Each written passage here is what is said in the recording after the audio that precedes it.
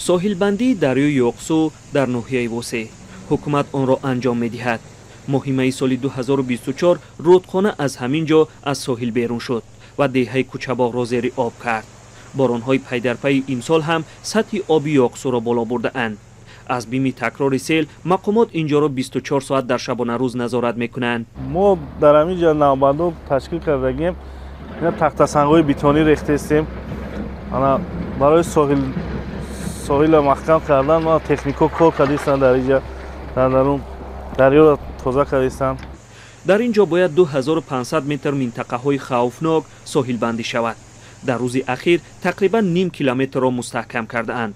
برای تغییر مجرای آب ده ها سدی محافظتی گذاشته اند. سال گذشته محض از همین موضع با 61 خودجگی تاثیر سیل رسیده بود. کارهای ساحل بندی و برداشتن سده محافظتی آغاز و ادامه دارد. توسط دستگیری حکومت جمهوری تاجیکستان محصولات ساختمانی به ناحیه دسترس شدند و تخت سنگ‌های آهن و بتونی در این موضع آماده شده. در همین فصل باران و سیل در تاجیکستان و اینجا هم زیاد می شود.